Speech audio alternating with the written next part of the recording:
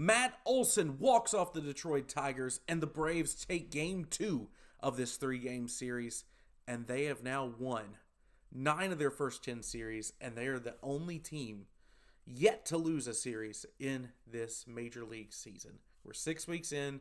The Braves have the best record in baseball. They are 22-9. That is a 115 game winning pace. That's 115 wins if you keep it up. And all of the underlying metrics say that they are performing right as they should, or even a little bit below. So if you're a Braves fan, you have to be super optimistic. But let's talk about this game, and there's no other place to start but the end. So the Braves, they've been battling against Tarik Skubal and then the Tigers bullpen. They got a little bit going in the 8th, couldn't manage to get through. So it leaves you down 1. Ozzie Albies, Matt Olson, Austin Riley due up.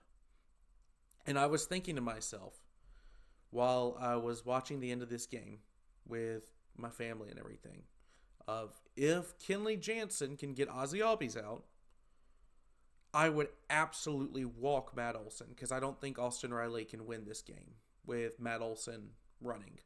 And you've already used up your pinch run with Mateo. Like, you're not going to substitute Farmer in for Matt Olson, so it's not a bad play. However, we never got that far because Ozzie Albies gets a full count and manages to walk. Saw 6 cutters from Kenley, swung through 2 of them, but he manages to lay off enough and lays off 4 of them. He takes his base, and then, if you remember from when Kenley Jansen was a Brave, you can steal on Kenley. So Ozzie kind of sizing him up the entire time, taking a few shuffle steps. Kenley checks him back. He gets back in time. He's still being conservative, but he knows he needs to get into scoring position. So Matt Olson now working this at bat. And something I think is super important to remember is this was an 0-2 count to Matt Olson. And he would not go away. He fouled off several pitches before Kenley Jansen finally gave him a cutter down the middle.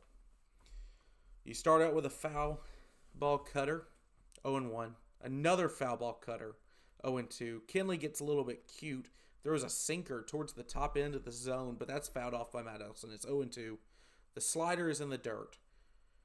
So everyone at Truist Park, everyone watching on Braves Vision at home knows what pitch is coming. It is going to be Kenley Jansen's cutter. Matt was all over the first 2 he threw. This one was the worst one he did. 94 down the middle, and Matt deposits it into the Braves bullpen. Braves win. Brendan Gaudin with an excellent call. Ben Ingram on radio with an all-time call as the Rolling Thunder moves out of the ballpark. So, Matt Olson, everything that he was advertised to be. And he's been really good for a while for this team. And this year, I think he is showing it. He is a legitimate MVP candidate. He is so good at the game of baseball. Defensively, offensively. This is his 9th homer on the year. And it was absolutely deserved. 105 off the bat, 397 feet. Believe what it would have been out in all 30 stadiums. So, not a cheap home run. He got a meatball, yes, but he didn't miss it. And there are a lot of big league hitters, even good ones, that when given a meatball down the middle to win the game, ground into a double play. Matt Olson did not. The ball sails into the bullpen. The Braves win. And they celebrate all the way around the bases. He gets the double bubble crown. He keeps taking it off. They keep putting it back on him. Acuna with a precision strike with the Gatorade cooler, then launches that thing up in the air. I want to see where that ball, or that cooler landed, rather. So, but the Braves, right now, despite facing arguably the best pitcher in baseball, found a way to win. and they found a way to keep this game close until he left the game. And they continue to find new and interesting ways to win. So this team is really fun to watch. And it reminds me once again of what the Braves were like in 2021, the late part of 2020, or late parts of 21 and 22, and then all the way through in 2023, where you could not put them down. They were going to fight you to the end. And if you did escape with a victory, you earned it. Like, you managed to put out several fires. The Braves had base runners the entire time. And you earned a victory. It was no easy. There were no gimme games. And the Braves right now, their offense is playing out of its mind. And they're seemingly exceptionally clutch so far this season. And of course, the pitching staff has been better than advertised. There were a lot of pitching injuries before the season even started. And everyone who has come up has performed admirably. We'll talk about J.R. Ritchie a little bit later. He got his second ever start, and his first start at Truist Park today. But I want to talk about Ozzie Albies. So all this talk about Tarik Skubal. And he strikes out Ronald Acuna, which that was questionable because Acuna said, I didn't swing at it. It wasn't a strike, was it? And the umpire said, no, but it hit your bat. And then into the glove, which replay confirmed it didn't touch his bat. I don't know where the umpire got that from, but he had trouble seeing the bottom of the zone all night. So just not a good start of the game for the home plate umpire. It doesn't matter though. Baldwin, first pitch he sees, goes into left field, and Ozzie Albies from the right side again, his second night in a row with a homer from the right side of the plate, just hammered into the left center field stands at 102 miles an hour. Welcome to the Atlanta, Tarik Skubal. Matt Olson grounds out right afterwards, though, 110 miles an hour off his bat. But after that 2-run homer, Tarik Skubal settled in and didn't give up anything else. The 2 earned runs, all he gave up, no walks on the night, 5 hits, 2 runs, the 1 home run. His ERA is 2.70, and he pitched 7 innings of near perfect baseball. Outside of the one mistake to Ozzie, he was just as good as advertised, maybe even better. So, Ozzie, like I mentioned, hit the homer. That's only his 1 hit tonight. What won't go down in the stat books as much is the fact he drew the leadoff walk against Kenley Jansen. And that was from the left side of the plate. So he did damage from both sides of the plate tonight. Ozzie is your National League hits leader right now, which is crazy. And so far on the season, Ozzie Albies, a 317 average, and he's hitting 897 OPS, which is good for third on the team because Dominic Smith exists. Only behind Matt Olson and Dominic Smith. So, Ozzie Albies, in his contract year, is making a good case for getting paid. I don't know if that's going to be the Braves that do it. Ozzie's my favorite player of all time. I think that's comfortable to say. I think he's surpassed Brian McCann at this point. But Ozzie, so far to start this year, people were worried about how he was aging. I was one of them. And he's come out and proven everybody wrong. And he just continues to deliver. And right now, even when several bats are cold at one time, like Riley and Acuna still haven't gotten anything together, which I don't think it's a stance issue for either of them. I think it's a bit of an approach issue. So if Tim Hires can work with him, that would be really good. But your big bats, Drake Baldwin, Matt Olson, they're both clicking right now. Michael Harris picked himself up a hit tonight. He's still hitting the ball at, the speed of light, the speed of sound, whatever you want to call it. He is hitting the ball extremely hard. And then Ozzie Albies continues to deliver. So right now, the Braves have enough good players that their bats are not going cold all at the same time, which seems to, that really just sums up what happened the last 2 years, where they just could not get anything going. And I am very, very excited to see what this team can do, especially with this monster road trip coming up with visits to Denver to play the Rockies, Seattle to play the Mariners, and then a trip out to LA to play the big bad Dodgers. And that'll be a real test to get them at the very end of a West Coast road trip when they're not necessarily playing the best baseball right now, but they are the best team in baseball until proven otherwise. I don't care what the record says. You have to go in to LA and take 2 or 3 for people to genuinely take the Braves seriously. They have not earned the benefit of the doubt after the last 2 years. They have to go in and make a statement. And so far on this season, they have done nothing but make statements. Like I mentioned before, their record now 22-9. That's a 115 win pace. And they continue to deliver in big moments. Walt Weiss remarked again that they stole this one. And it's probably about the 5th or 6th game they've stolen so far this year. They continue to find new ways to win. They can win a shootout. They can win a slugfest. They can win a pitcher's duel. They can win a game where they have to get a little bit scrappy and just advance the runner, move them over to third, hit a sacrifice fly. So they are very fun to watch. And if this is your first year watching baseball, I am, one, jealous because you get to enjoy this without thinking about the future or having the pain of the past kind of taint what this run means for you. And 2, I'm glad you chose the right team.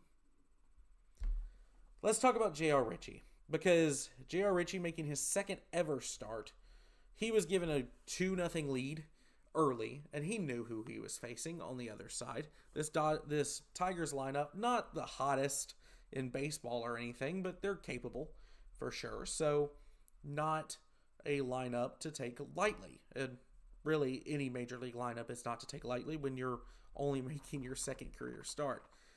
But J.R. Ritchie got himself into a little bit of trouble in the top of the second inning. So comes out 2-0 lead. He actually gets Kerry Carpenter to strike out, and then Spencer Torkelson grounds out. So you then run into when Sil Perez hits a double right past Austin Riley, and then he walks Jace Young. Kevin McGonigal, top of the lineup. He's been really good this series. He had a 2-hit night tonight. This was his RBI. Just a line drive, falls in front of Michael Harris. That scores Perez. And then Jung goes to third, attempting to pick off Kevin McGonigal. I think he actually had him caught off a little bit off guard. The throw was a little bit wide. I think Matt probably should have had it.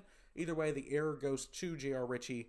Young scores, and McGonigal goes to second. So that was suddenly a tie game. All of your momentum from Ozzie hitting the home run off Skubal is gone. Skubal settled in, and he's not giving you up anything else. So J.R. Ritchie knows, and Walt Weiss, managing this game, knows J.R. Ritchie has to have a very short leash. He has to keep this game within 1, maybe 2, to give his offense a chance, because Skubal's going to go deep tonight. And if the Tigers get 7 innings out of Skubal, which they did, they can set up with their best bullpen arms to attack the Braves lineup. And, you know, whenever that happens, you face a good, competent MLB team with a good back end of the bullpen. It's really hard to win games against them. And top of the third, he throws, what pitch was it? I believe it was a changeup. Yes, a changeup, not a bad pitch, actually. It was on the outside corner. Riley Green, though, was on it, and this ball was absolutely hammered. 417 to center field. Michael just didn't have a play at it. So 3-2.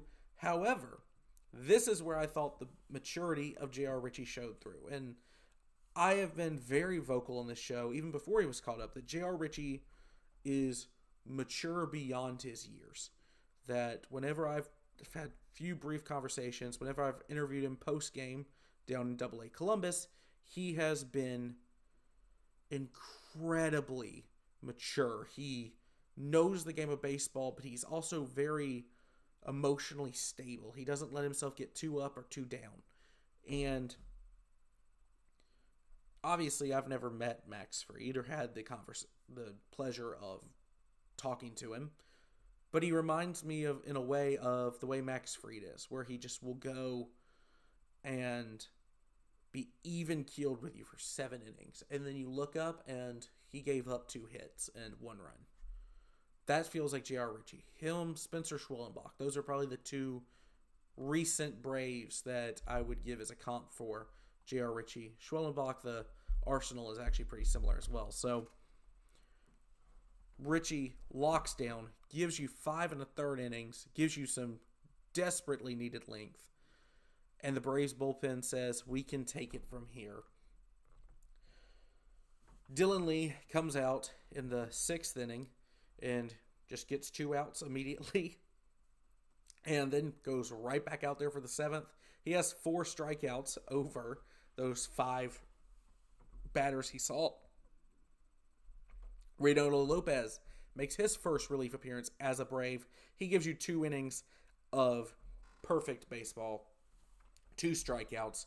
Reynaldo out of this bullpen is absolutely, it's nasty, because he can go out there and give you closer level stuff, or at least back end reliever stuff, for 2 innings. And you don't feel bad sending him back out there in the 9th when you're trying to chase a victory, and you don't have to waste a Robert Suarez or a Raisel Iglesias to do it. You can send Reynaldo Lopez out there 8th inning, and then if the Braves have a save opportunity, cool, turn to Raisel or Robert Suarez, or not. Reynaldo's used to running out of the dugout on short notice and going back out there and throwing another inning. That is what he's done the past 2 years for Atlanta. He's very comfortable doing it, but he's also comfortable out of the bullpen. And we saw it tonight. Absolutely diced up the Tigers in the 8th and 9th innings. Got 2 strikeouts for himself. So that set it up. The Braves held this Tigers lineup to only 3 runs. So despite Skubal only giving up 2 and going 7 innings, the Braves were able to keep this game close. And then, whenever they smelt blood in the water in the 9th inning, Ozzie Albies and Matt Olson seal the deal for Atlanta, and they win their 9th series out of 10. They have not lost a series yet out of 10 tries.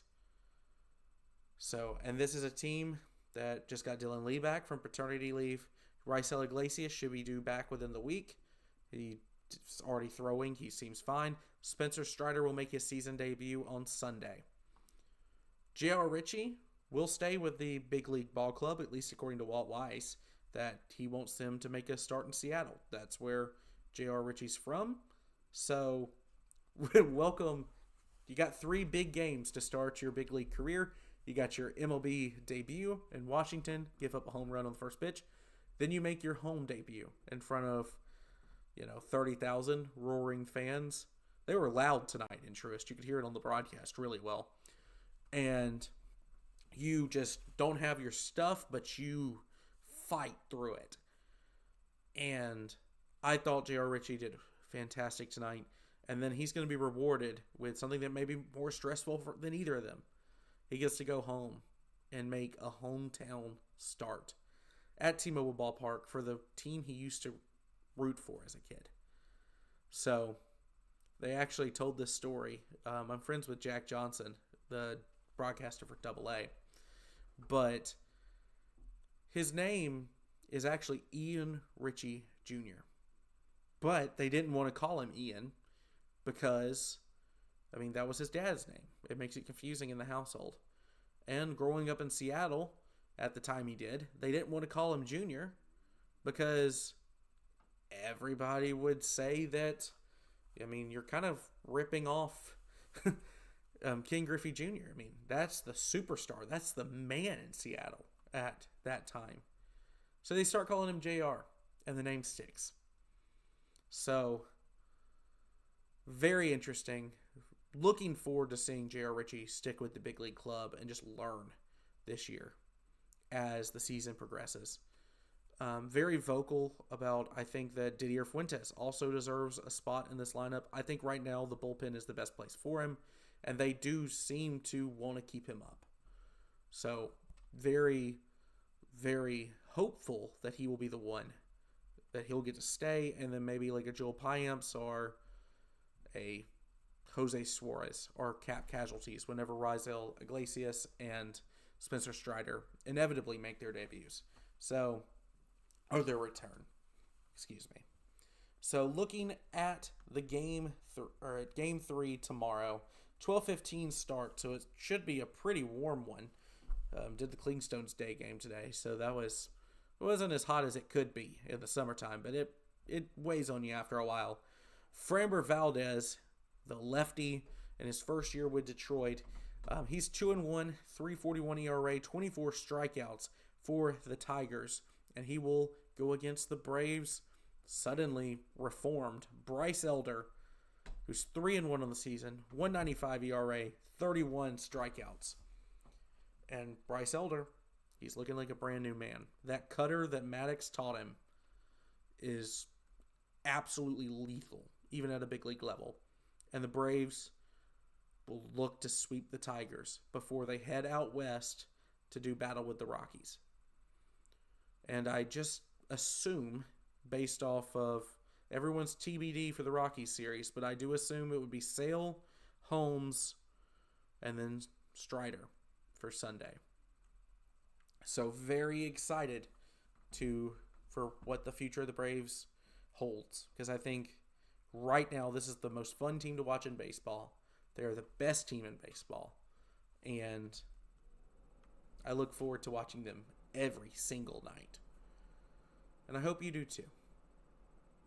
If you made it this far in the video, I really would appreciate if you left a like if you genuinely enjoyed the content, or subscribe, because I have a lot of content like this come out almost every day. There's a few days I take off when I just can't watch the game, but if you like the Braves, or if you like other sports, I do a lot of sports content on this channel, so please leave a like and subscribe.